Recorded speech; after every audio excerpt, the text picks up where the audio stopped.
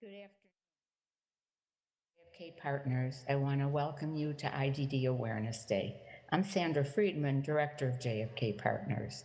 This event is a wonderful opportunity to honor direct care professionals, the Legislator of the Year, hear family members, and review current disability-related legislation. JFK Partners receives federal funding from 2 core grants to support our University Center on Excellence in Developmental Disabilities and Leadership Education and Neurodevelopmental Disabilities program. Taken together, we focus on community outreach with provision of technical assistance and capacity building, advocacy, research, dissemination, and training. We train about 20 individuals per year from different disciplines, including self-advocates and family members. Our trainees recently took our policy and advocacy course, during which time they reviewed bills to support individuals with disabilities during this legislative session. They attend this event annually, and truly this is one of the highlights of the year for them, as well as for our faculty who attend this event. We are very honored to co-sponsor this event with Alliance and the ARC of Colorado. We are so grateful for your presence on this very important occasion. Thank you.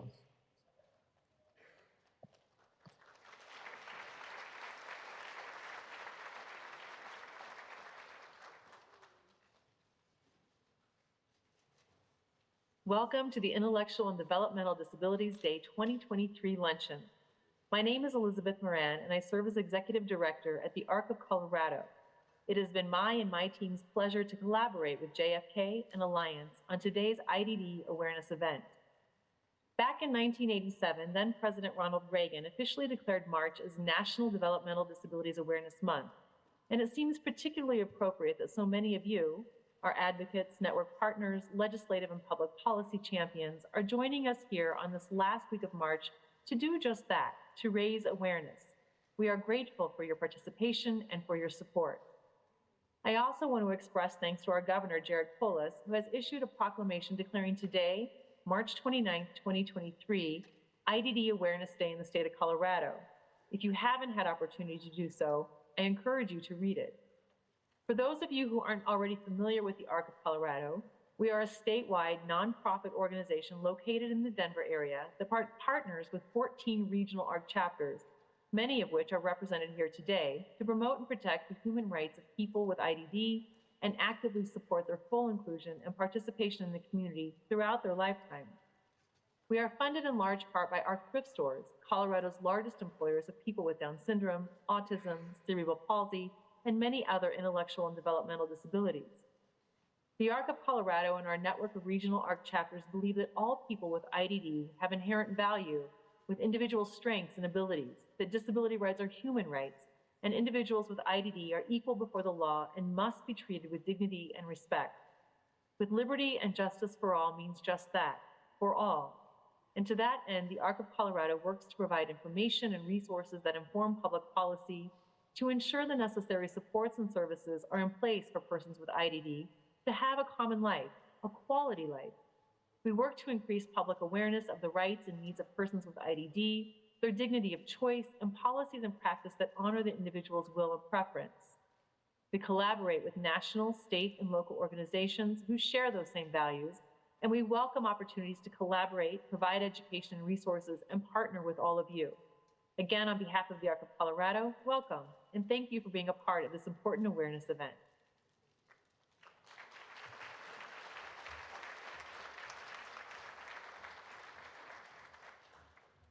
I now have the honor to welcome many of our special guests. We should actually call them partners because that's what they really are. Rather than reading everyone's name, I'm going to read the agencies today that are represented in the room. We have quite a list. So if we miss somebody, please let me know and I'll give you a shout out in a few. Of course, we have Alliance members, CCBs, PASAs, ARC chapters, JFK fellows in the house, but we also have representatives from ARC thrift stores, Best Buddies Colorado, Colorado Cross Disability Coalition, Colorado Developmental Disabilities Council, the Colorado Office of Employment First, the Disability Law Colorado, Governor's Office of State Planning and Budgeting, Speaking for Ourselves, Special Olympics Colorado, several of our State Department partners, including the Department of Early Childhood, Healthcare Policy and Financing, Human Services, Local Affairs, and Public Health and Environment. We also have a very special guest, a lifelong supporter of our disability community, the Lieutenant Governor. Dianne Primavera is here with us today. And now I'm going to turn it over to Jennifer with the ARC, who will be introducing our legislators. So let's hear it for our special guest. Thank you for joining us today.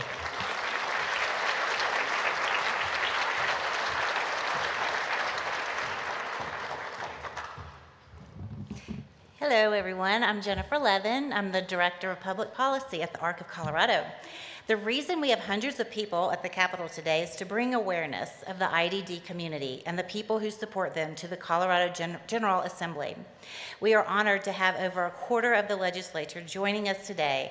Although many are still making their way over from the Capitol, we wanted to take a few minutes to publicly recognize the legislators that RSVP'd for this event. Please hold your applause until I finish reading their names. From the House, we welcome Representatives Ryan Armagost, Kyle Brown, Mary Bradfield, Brandy Bradley, Ruby Dixon, Lisa Frizzell, Meg Froelich, Richard Holtorf, Sheila Leader, William Lindstedt, Javier Mabry, Barbara McLaughlin, Tammy Story, Brianna Tatone, Elizabeth Velasco, Stephanie Vigil, Ron Weinberg, Don Wilson, and Mary Young. From the Senate, we welcome Senators Lisa Cutter, Rhonda Fields, Bob Gardner, Joanne Janal, Chris Hansen, Larry Liston, Paul Lundeen, Chris Kolker, Byron Pelton, Rod Pelton, Dylan Roberts, and Perry Will. Please join me in welcoming all our legislators. Thanks for coming. If any additional legislators have joined us, please let me know so we can make sure we give you a proper introduction as well. For the next set of thank yous, I will turn it over to Renee Charlefeux-Smith.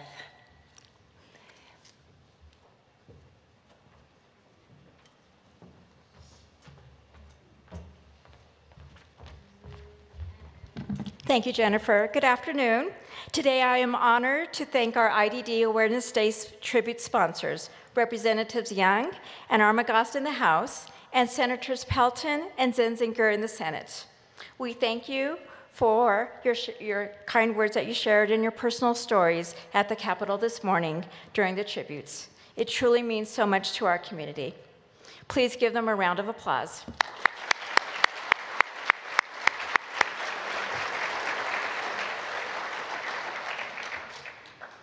We also would like to take a moment to recognize Ann Brown and Lonnie Sullivan for a great job leading the Pledge of Allegiance today at the Capitol. Please join me in thanking Ann and Lonnie.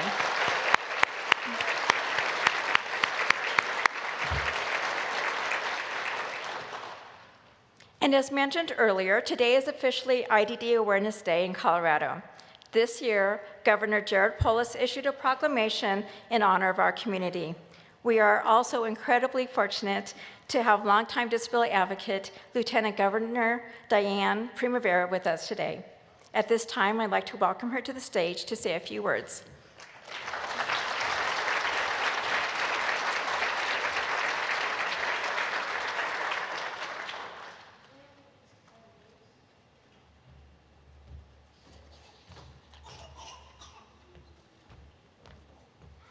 Well, good afternoon, everybody. Thank you for the nice introduction. It's a pleasure to be here with you all today. As she mentioned, my name is Dianne Primavera, and I serve as Colorado's 50th Lieutenant Governor alongside Jared Polis. So it's great to see elected officials and advocates from around the state here. I'd like to thank the ARC of Colorado and their new director, Elizabeth Moran, JFK Partners and their director, Sandra Friedman, Alliance and their director, Josh Rael.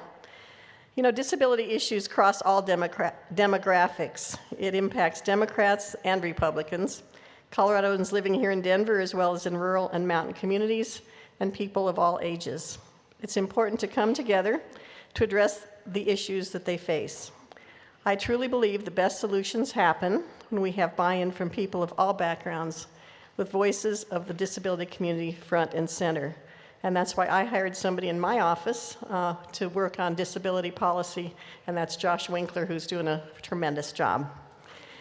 I've had the great privilege to work closely with Coloradoans with disabilities in my career as a vocational rehabilitation counselor, and supporting this diverse and talented community is essential to our mission in the Polis Primavera administration to create a Colorado for all.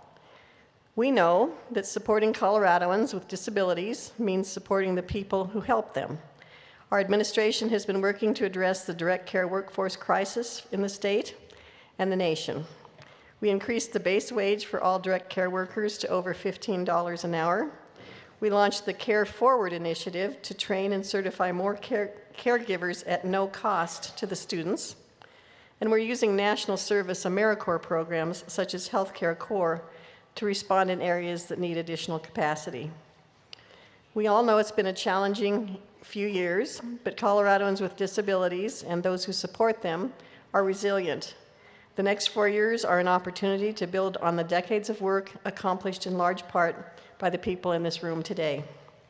Together, we can improve opportunities for Coloradoans with intellectual and developmental disabilities to thrive through better education, including early interventions, removing barriers to employment, and improved direct care options.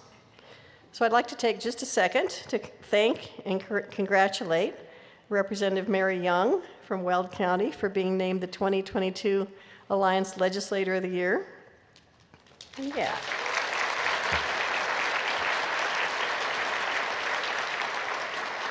Deborah Rose for being named the 2022 Direct Support Professional of the Year.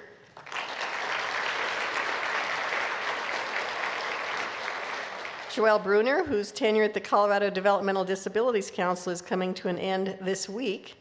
Thank you, Joelle, for your service to the state of Colorado. Your impact on Coloradoans with disabilities through your service through the DD Council and Division of Voc Rehab will live on no matter what your next adventure is. So thank you all for being here today and the hard work that you do caring for and supporting Coloradoans with intellectual and developmental disabilities every single day.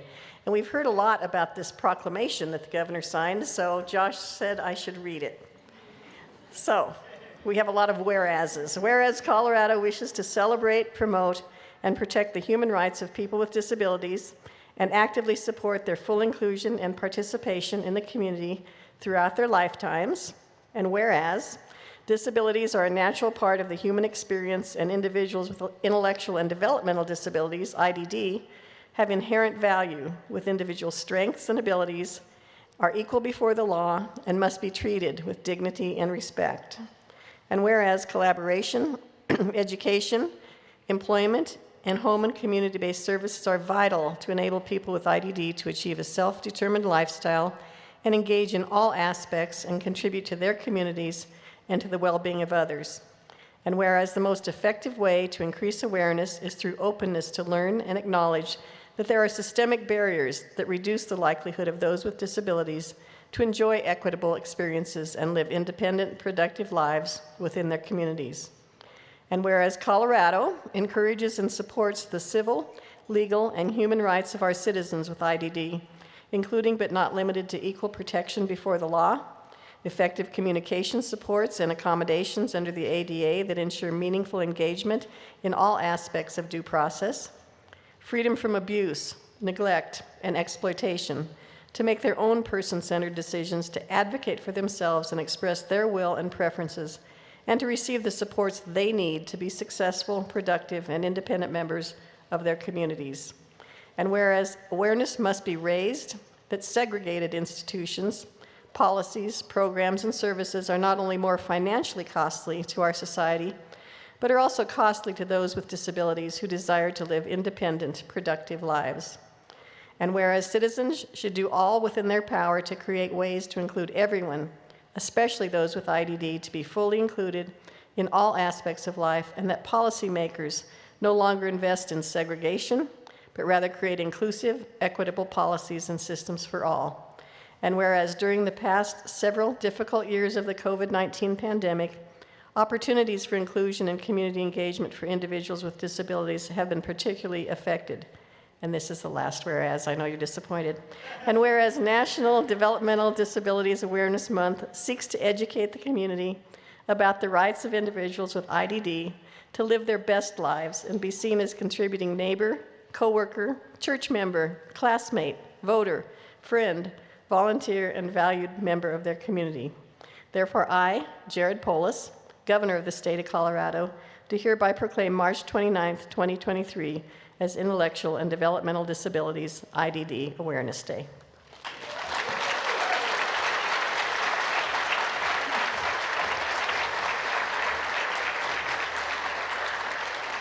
Thank you, Governor Polis and Lieutenant Governor Dianne Primavera, for their ongoing support. We really do appreciate it.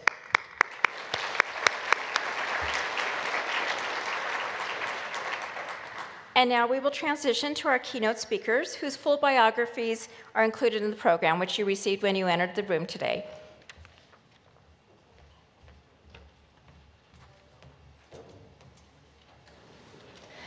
Our first speaker is parent advocate Megan Bowser. Megan is a mom of 4, including 2 with additional needs. She is also a family navigator with Family Voices Colorado, assisting families with children with special healthcare needs to access the healthcare resources and government systems they need to thrive. Please welcome to the stage Megan Bowser.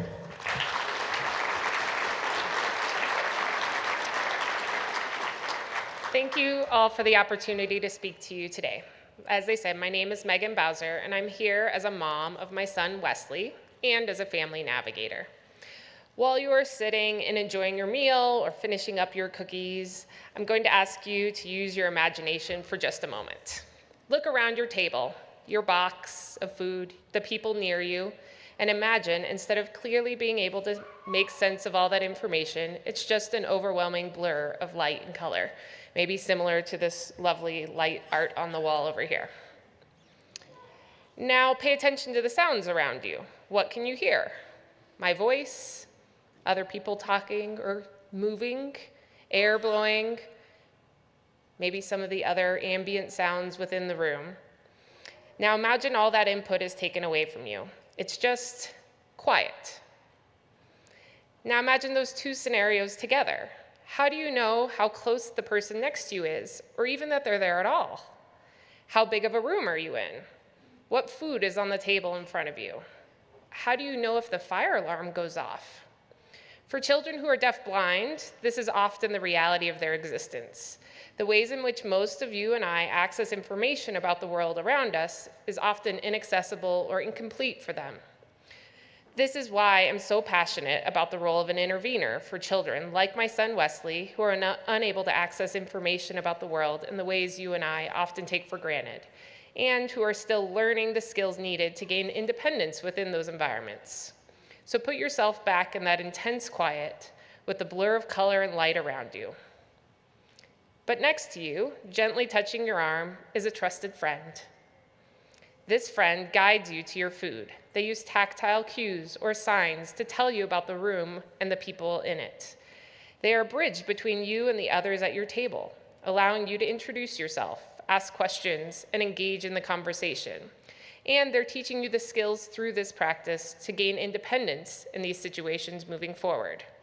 This is the role of an intervener. For the first 8 years of my son's life, we were unable to tell how much he understood about the world happening around him. His combination of disabilities, including deafblindness, cerebral palsy, and autism, prevented him from accessing his world and communicating in any traditional way. That was until we found his intervener, Cassandra. With her expertise in working with children with deafblindness, she was able to use his love for drumming to craft an activity that allowed him to communicate that he knew how to count. In his head, up to 9, then 35, now 50, and beyond. This shows not just his love for math, which as a former math teacher I appreciate, but also that he was aware of his surroundings, that he was learning and that he was participating in the world around him. He just hadn't had the way to communicate that to us. But with the right support, the world was able to see his brilliance. In 2020, my friend Kira Zink was here on the stage with her daughter Jordy, talking to you all about the need for interveners to support children with deafblindness within their schools. Now, 3 years later, despite a rocky 3 years those were, I'm delighted to be here to share that Colorado has made great strides with educating school districts about the role of an intervener, developing an intervener training program, and placing interveners with children who need this level of support throughout the state in their schools.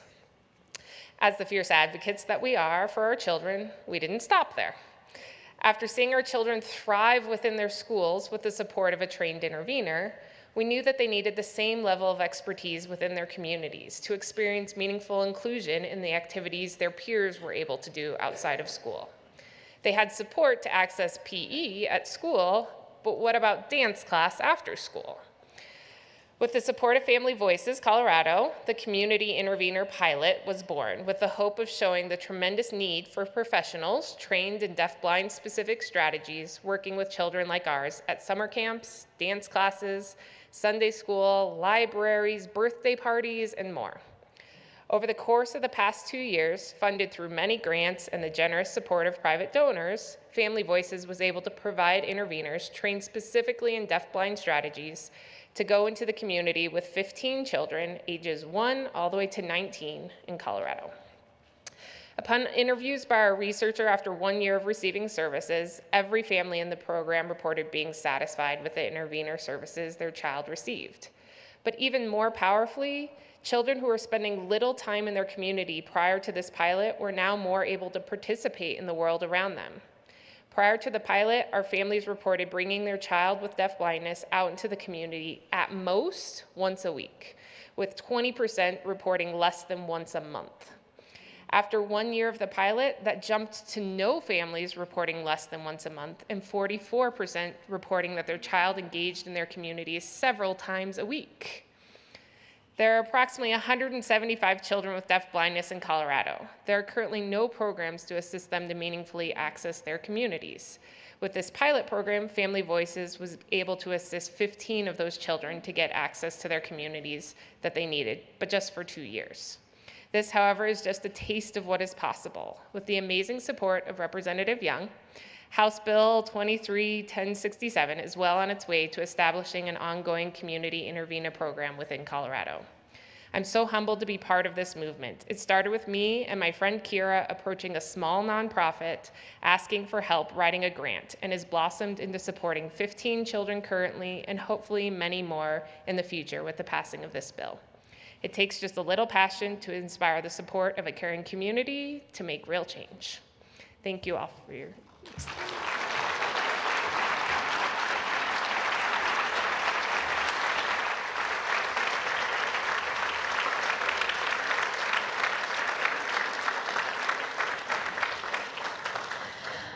Our next speaker this afternoon is Deborah Rose from North Metro Community Services. Deborah has been a direct support professional at North Metro for 9 years and is the proud recipient of the 2022 Direct Support Professional of the Year Award. Please welcome to the stage Deborah Rose. Thank you.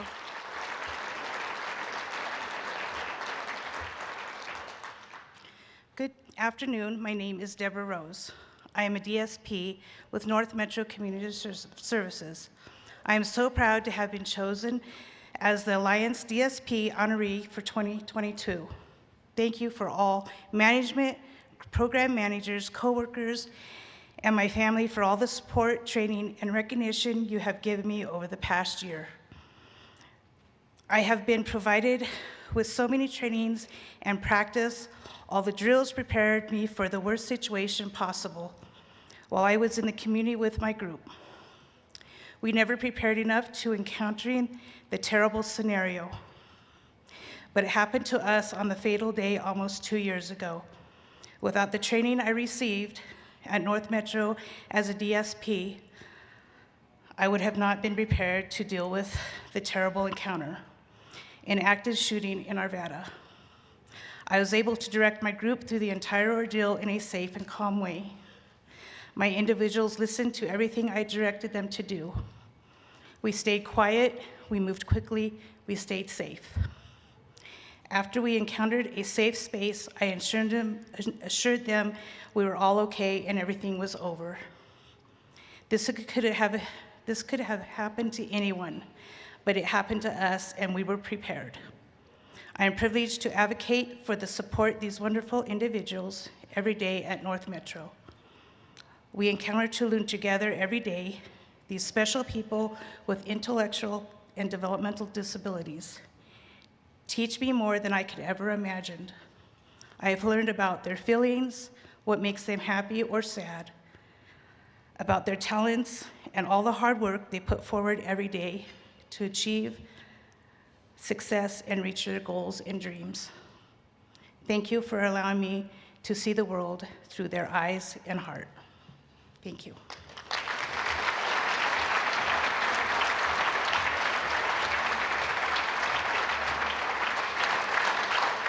Next, we welcome Carson, Covey, and Seth Weshnak. Carson Covey is a board member of both the ARC Arapahoe, Douglas, and Elbert counties and the ARC of Colorado. He is in the Leadership Education in Neurodevelopmental Disabilities, or LEND program, studying self-advocacy. Seth Weshnak graduated from North Glen High School in 2005 and has worked at ARC thrift stores for 10 years. He started working in the donation area and eventually became a cashier. Now, Seth trains new cashiers. Please welcome Carson and Seth to the stage.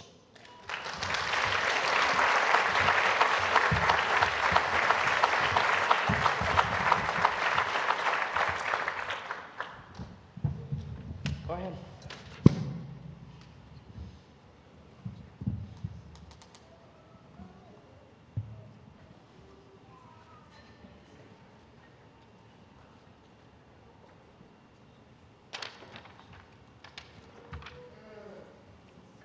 Can you hear me?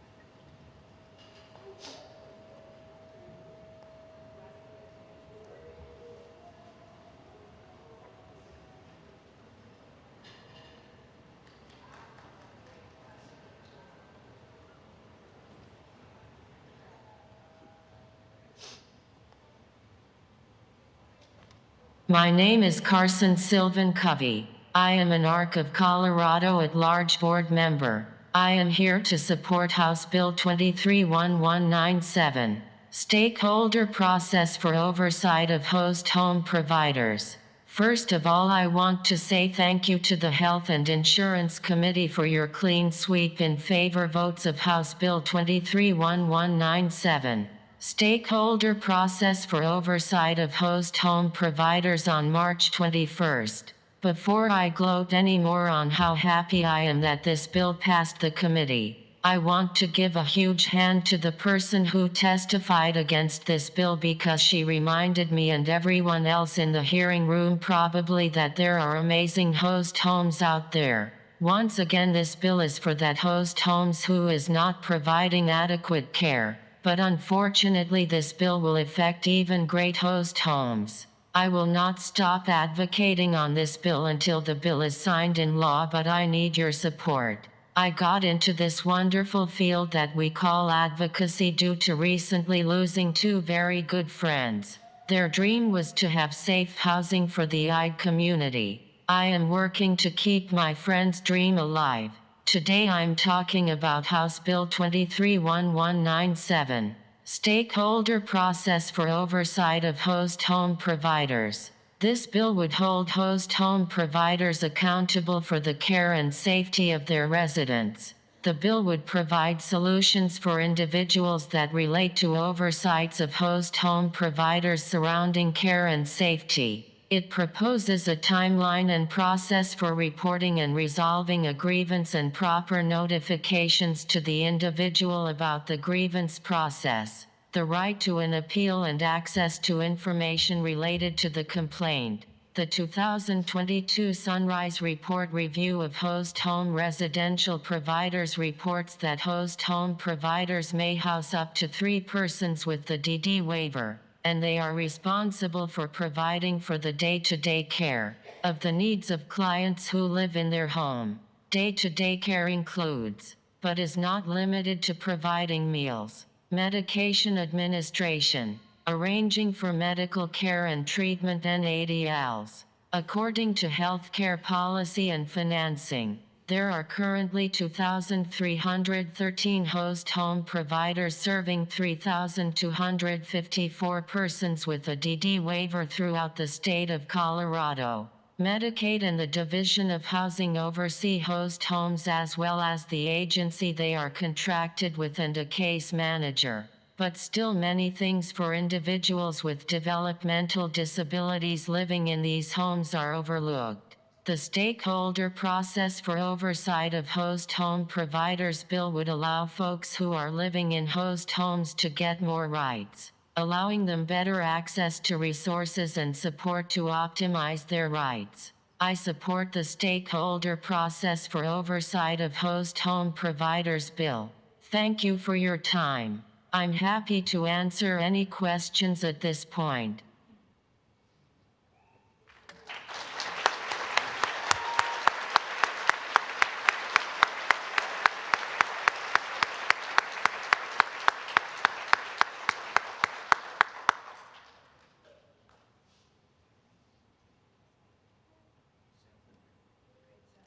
I was just waiting to see if he was done. I don't like to cut people off, so. Good morning, ladies and gentlemen. As, excuse me, as said a minute ago, my name is Seth Weshnak, and I'd like to thank you all for such a wonderful turnout today and for allowing us the privilege and honor to be able to stand here before you today and speak about people with IDDs. Intellectual developmental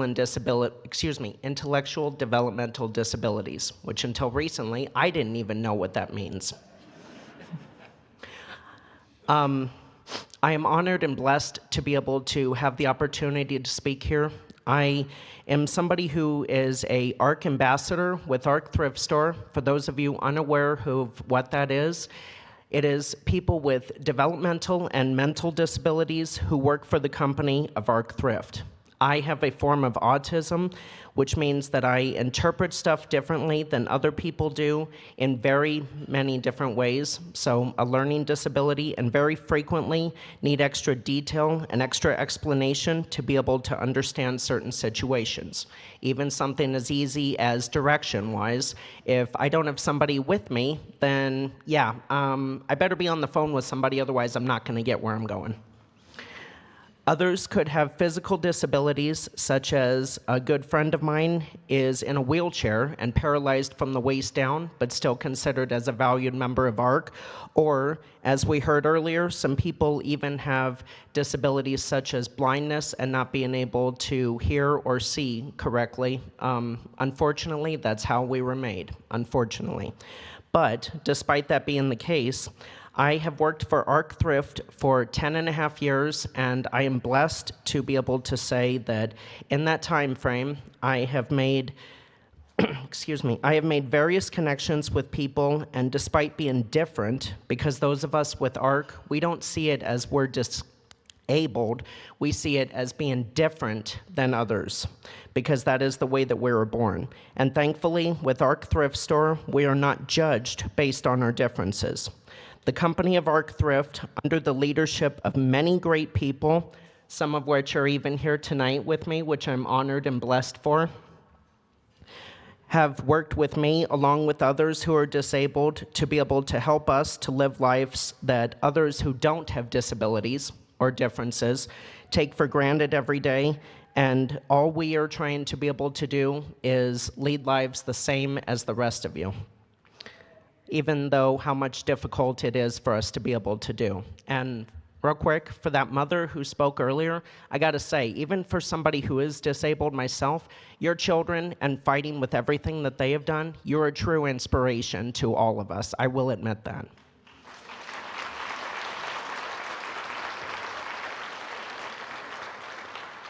I'm sure I speak for many people out there that do have disabilities or differences in some way, shape, or form.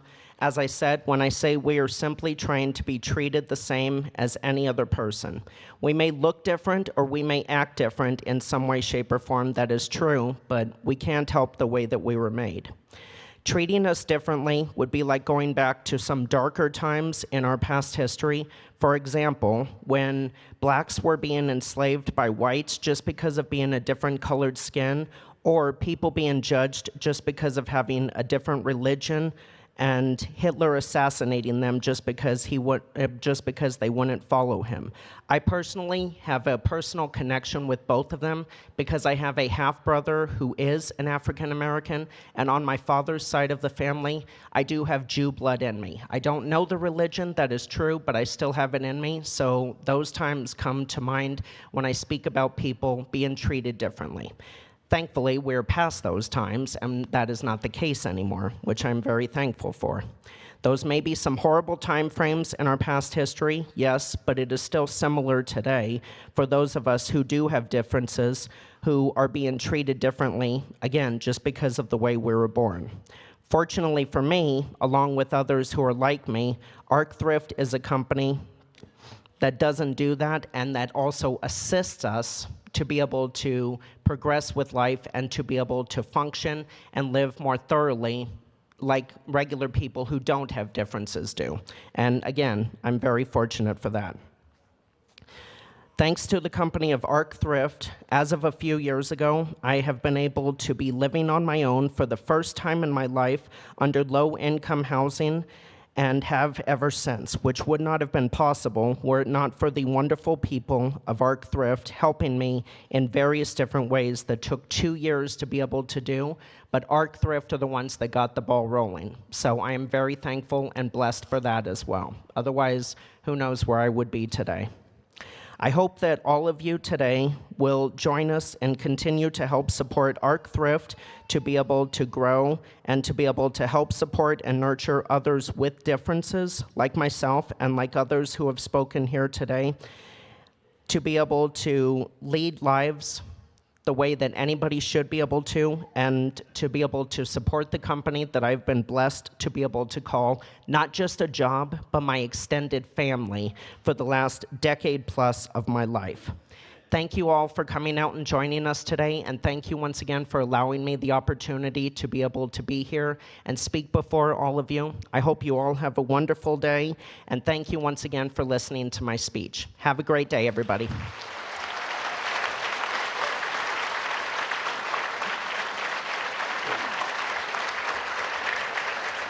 And now, we are honored to introduce the 2022 IDD Legislator of the Year, Representative Mary Young. Representative Young is a lifelong public servant. She spent her career as an educator working in public schools, primarily with students with behavioral health needs, developmental disabilities, and other learning challenges. She has been passionate about focusing on those issues while in the State House of Representatives. Please welcome to the stage Representative Mary Young.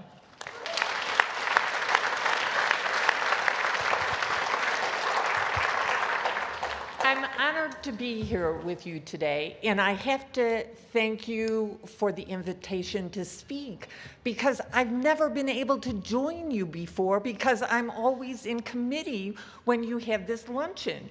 So it was like getting a hall pass or a pass from the principal to be able to be here today. So I'm enjoying being here. I want to thank all of you for all the work you do for this community, the self-advocates who we've here have spoken today, the advocacy groups, the providers, family members, state personnel, and everyone who's come together for Awareness Day every year. And as I said, I'm happy to be here in person this year. Thank you for your work. IDD Awareness Day brings together self-advocates, family members, researchers, educators, providers, and advocacy groups in an effort to highlight the inherent value and worth of people with IDD, their needs and desires, and the work that policymakers like myself and my colleagues in the legislature can do to support them. I'm going to tell you a little bit about my path to my passion for this community. As a child, I was about 7, and I had a very close friend that my sister and I played with who was not able to speak, and she got around with a wheelchair. I never understood why she couldn't go to school. It really disturbed me. It didn't make any sense to me as a child. I followed the pathway, interacting with people with IDD in high school, in college, and I followed the path to become a special education teacher, and then a school psychologist. And these opportunities really led me to understand the importance of inclusion and listening to all communities. For me, I experienced a history lesson. I started as a special education teacher before IDEA was passed. And I can't tell you how much it meant to me as a special education teacher to know that the doors of the schools that I was teaching in were now open to all children. And I consider this my mission in an ongoing way as I do legislation. Then my professional world intersected with my personal world. I married my husband, and his sister, who is Dorothy Jean, who is quite the delight, is an individual with IDD, and she has some significant challenges because she really was a victim of the fact that she couldn't attend public education. She was sent home from kindergarten and told that she could not come back to school. So as a result, she had to move away from her family in order to attend school. So she is quite the delight of our family, and about 20 years ago, she needed a transplant, a liver transplant. And UC Health said that that was possible, but what they needed for her to have guardians, since she hadn't had a guardian before, to ensure that she got the health care she needed. So she is 20 plus years post-transplant and living very well and healthily and quite the pistol. Some of you know I'm also married to somebody in public service, and we both say that she should have been the politician in the family, because if she called you up and asked you to donate money, you could not say no. And I can tell you, people frequently tell me no. So I want to say, as I saw the sponsors of today talking about my legislation, I've worked with all of the groups in moving ahead legislation. I think that there are many important things that not just but I'm part of a team. And I'd like all the legislators who are still in the room or who got a pass to come, got out of their committee, please stand.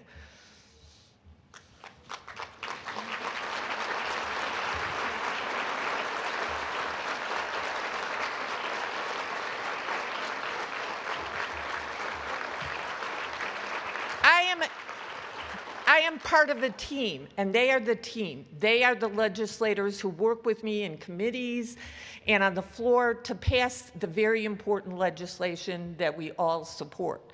So what I've done in the past is a bill on inclusive higher education to extend it and make sure it's expanded. Is there anyone in the room who is either been involved in inclusive higher ed or been faculty? Well, they're all in school then. So that's a good thing.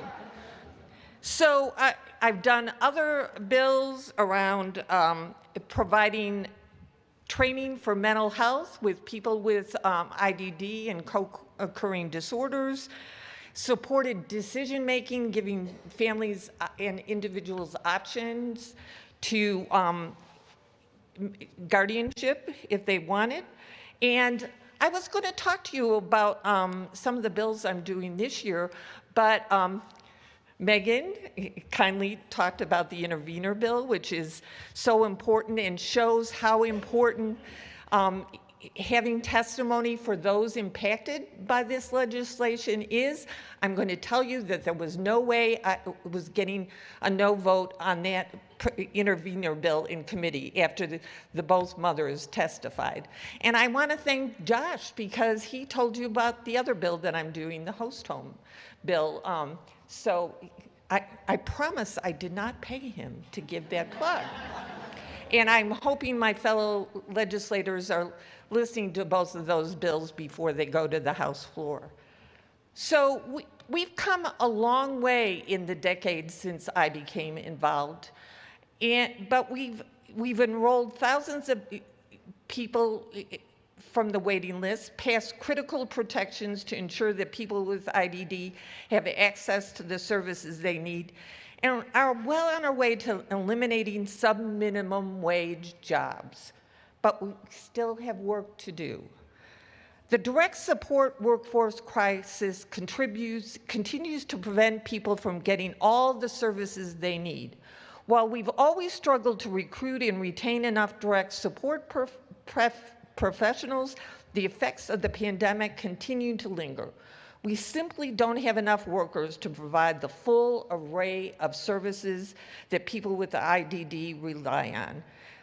You've heard a bit today about how incredible the work of DSPs are and how important it is to those that they work with. Whether or not we have enough of them dictates whether people with IDD can live meaningful lives in their communities. We must continue to work together to support the critical human infrastructure that makes community integration a reality and not an empty promise.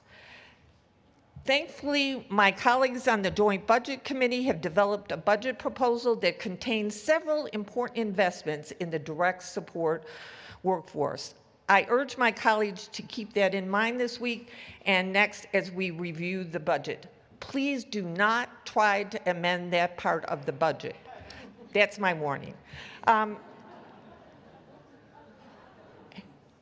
In addition to the workforce issues you've heard today about a few bills related to the IDD community, obviously I urge my colleagues to learn about these initiatives and reach out to our partners in this community as a resource when they come before you.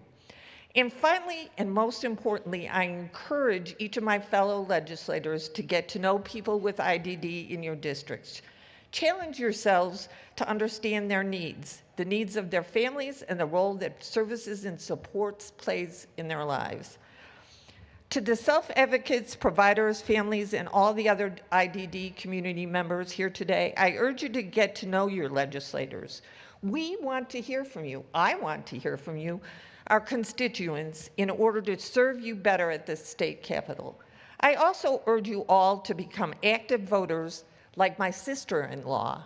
It's essential that you reach out into your community and be active participants. In my work as a legislator, I've been privileged to see what we can accomplish when communities come together to create policy.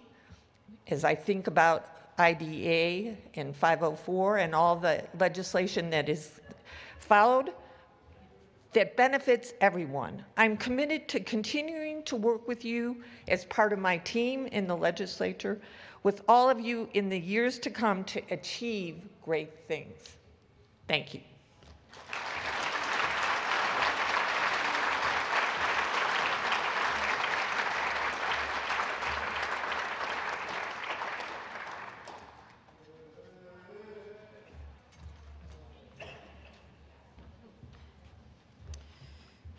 Thank you so much, Representative Young, and thank you for your work for this community, for people with IDD.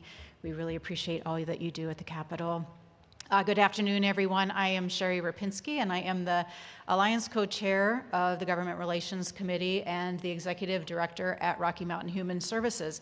And it is my honor today to present the direct support professional nominees for this year.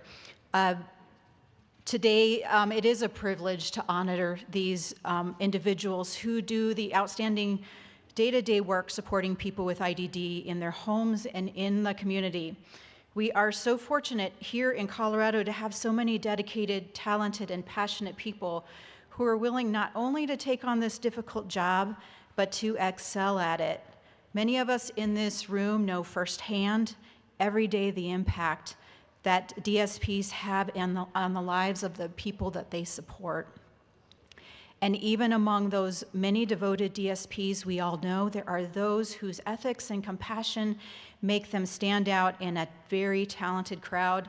And that is why I am so pleased to have this opportunity today to present to you this year's nominees for the 2023 Direct Support Professional of the Year Award. This year's nominees share several things in common: a willingness to go above and beyond what is required, an ability to see solutions where others see only barriers, and most importantly, a deep and unyielding commitment to the people they serve. To all of the nominees, thank you for your skill and your dedication. You are so appreciated. Let's give them all a round of applause.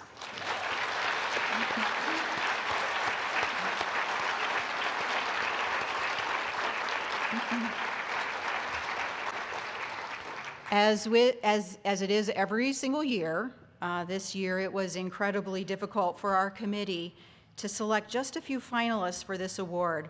All of our nominees are incredible, but a few in particular stood out. As I read each of your names, please stand so that we may recognize you as a finalist. Adriana Avalos Moore from Stepping Stone Support. Kathy Frank from Dungarvan, Colorado. Allison Grant from Overture. The next two finalists were not able to make it today, but they do have a representative attending on their behalf, and those finalists are Quentin Grogan from Continuum of Colorado and Melanie Davis from Mosaic. Please give all of our finalists a big hand. I encourage you to read each of their full nominations in the 2023 IDD Awareness Day website. You can find that link to the site on today's program. So all of their information is there for you to take a look at. Finally, we are ready to announce the DSP of the year. This nominee's dedication, leadership, and commitment made this person a natural choice for this prestigious honor. Please join me in congratulating the 2023 Direct Support Professional of the Year, Kathy Frank from Dungarvan.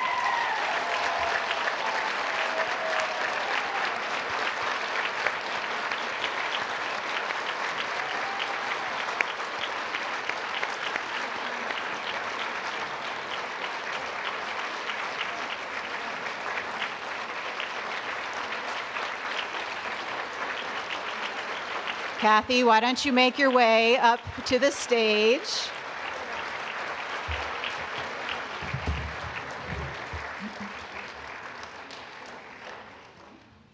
While you're coming up to the stage, I want to read a couple of highlights from your nomination. Kathy has worked in the field of human services for over 30 years. I know this to be true because Kathy and I used to work together a long time ago.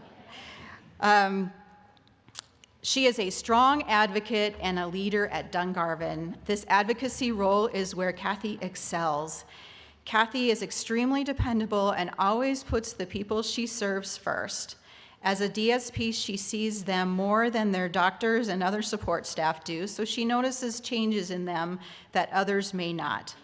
Kathy has taken the lead in thinking outside the box to find ways to help the people she supports, a lot of the time by rearranging her daily schedule so that they can continue to live independently in their homes. For example, Kathy has worked closely with one gentleman for several years and has seen him through significant health changes. Kathy went by to see him one day and noticed that something was not right. She called 911, which saved his life as he fell into a diabetic coma after arriving at the hospital. Upon release, this gentleman wanted nothing more than to remain independent in this home, which required medication administration. Kathy worked with nursing staff and spent extra hours making sure he got to all his added medical appointments and understood his new medications. Kathy regularly sets up his electronic medication box so that he can take his medications independently. Most recently, Kathy worked with medical professionals and family members to ensure that this person received the newest glucose monitoring technology so that he could continue to remain independent while getting accurate daily readings. The coordination and training that went into making this happen took many hours of time and patience. The amount of time and effort Kathy put into changing the way she worked with this man in order to meet his changing needs showed Kathy's willingness to help the people she supports in any way possible. Thank you, Kathy, for your leadership at Dungarvan and remaining person-centered in the supports you provide on a daily basis. I present you.